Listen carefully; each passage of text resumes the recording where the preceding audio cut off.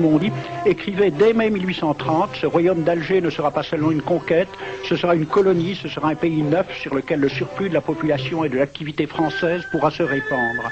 Voilà les véritables raisons de la conquête dont il faut aussi éclairer les méthodes. Alors j'ai pris des documents à la Bibliothèque nationale à Paris, des témoignages des conquérants de l'époque, des conquérants français. D'abord, des extraits du bréviaire que l'on avait remis aux officiers et soldats qui s'en allaient en Afrique. Cela s'appelait « Aperçu historique, statistique et topographique sur l'état d'Alger ». Voici quelques-uns de ces extraits. Ces contrées sont des terres vacantes, abandonnées aux mauvaises herbes par la paresse et l'indolence des morts. Les femmes du pays sont livrées par la paresse des Arabes, qui passent toute leur vie à fumer, à la turpitude de mœurs extrêmement relâchées.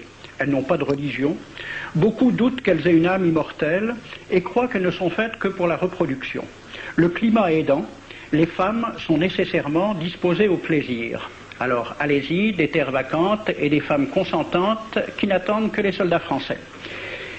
Et puis, à côté, j'ai vu d'autres documents qui marquent l'étonnement des officiers français qui débarquaient en Afrique. C'est Campagne d'Afrique en 1830 par un officier du corps expéditionnaire. Cette terre, qu'on avait présentée comme sauvage et inhabitée, est couverte de jolies maisons de campagne entourées de jardins. Toutes sont bâties sur des hauteurs dont les mouvements onduleux contrastent tout à fait avec l'aridité des côtes de Provence. La végétation y est superbe et partout des sources et des courants d'eau fécondent la terre. Les fruits y sont en abondance. Un grand nombre d'aqueducs amènent les eaux jusqu'à la capitale. Et le maréchal Bugeaud lui-même. J'ai reconnu que l'Algérie produit beaucoup de grains, une immense quantité de bétail. L'immensité des terrains ensemencés atteste l'existence d'une population beaucoup plus nombreuse qu'on ne le pensait. Le commandant Claude-Antoine Roset, dans Voyage dans la Régence d'Alger en 1833. Presque tous les hommes savent lire et compter. En France, on compte à l'époque 40% d'analphabètes. Ainsi, les soldats qui débarquent sont en général moins instruits que les sauvages qu'ils viennent civiliser. Le ministre de la guerre de l'époque, qui s'appelait Girard, il faut se résigner à refouler au loin, à exterminer même la population indigène. Le ravage, l'incendie, la ruine de l'agriculture sont peut-être les seuls moyens d'établir solidement notre domination. Savary, duc de Rovigo, apportez des têtes, bouchez les conduites d'eau avec la tête du premier bédouin que vous rencontrerez, au nom bien sûr de la civilisation.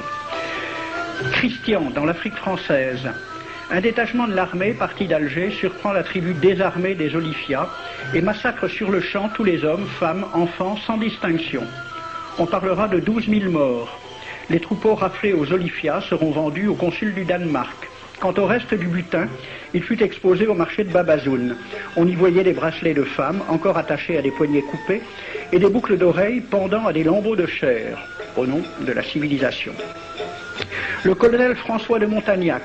Selon moi, toutes les populations qui n'acceptent pas nos conditions doivent être rasées. Tout doit être pris, saccagé, sans distinction d'âge et de sexe. L'herbe ne doit plus pousser là où l'armée française a mis le pied. Saint-Arnaud, il était commandant et c'était aussi un mari très attentionné. Il écrit à sa femme « Chère Louise, je suis bivouaqué par une chaleur de 40 degrés au milieu de 20 villages superbes qui ne se sont jamais bien soumis. Je leur ai donné jusqu'à ce soir pour payer les impôts et les amendes que je leur inflige. S'ils ne s'exécutent pas, j'enverrai 3 colonnes brûler tout. » En juin 1845, la tribu des Ouled Riha, chassée de ses douars par les détachements incendiaires du colonel Pélissier, se réfugie dans des grottes de montagne. Ordre du maréchal Bugeaud. Si ces gredins se retirent dans leurs cavernes, imitez Cavaignac aux Béha, fumez-les à outrance comme des renards. Voici le récit d'un témoin, français bien sûr. Voir au milieu de la nuit, à la faveur de la lune, un corps de troupes françaises occupé à entretenir un feu infernal. Entendre les sourds gémissements des hommes, des femmes, des enfants et des animaux, le craquement des rochers calcinés s'écroulant. Le matin, quand on chercha à dégager l'entrée des cavernes, gisaient des bœufs, des ânes, des moutons. Parmi les animaux, entassés sous eux, on trouvait des hommes, des femmes, des enfants. J'ai vu un homme mort, le genou à terre, la main crispée sur la corne d'un bœuf. Devant lui était une femme tenant son enfant dans ses bras. Cet homme avait été asphyxié au moment où il cherchait à préserver sa famille de la rage de cet animal. On a compté 760 cadavres. Le 8 mai 1845, Saint-Arnaud découvre 500 Algériens qui s'abritent dans une grotte entre Ténès et Mostaganem. Saint-Arnaud ordonne à ses soldats de les emmurer vivants. Il écrit « Je fais boucher hermétiquement toutes les issues et je fais un vaste cimetière. La terre couvrira à jamais les cadavres de ces fanatiques. » C'est à peu près ce qu'ont dit les Allemands en massacrant le village d'Oradour-sur-Glane. Montagnac, toujours lui, le colonel. Voilà comment il faut faire la guerre aux Arabes. Tuer tous les hommes jusqu'à l'âge de 15 ans. Prendre toutes les femmes et les enfants. Vous me demandez ce que nous faisons des femmes que nous prenons? On en garde quelques-unes comme otages. Les autres sont échangées contre des chevaux et le reste est vendu à l'enchère comme bête de somme. Toujours au nom de la civilisation. Nous rapportons un plein baril d'oreilles récolté pair à pair sur les prisonniers. Il contient même celle d'un de nos 58 gendarmes morts de maladie. 2 pièces de 100 sous ne sont pas à dédaigner. Le maréchal Soult, ministre de la guerre, répondant à des questions à la Chambre des députés.